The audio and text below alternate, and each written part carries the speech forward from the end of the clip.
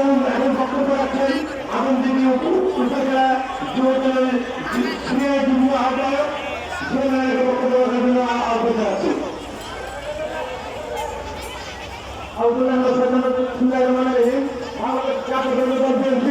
আজকে নারী অধিকার প্রতিষ্ঠার লক্ষ্যে আজকের এই আলোচনা সভার সম্মানিত সভাপতি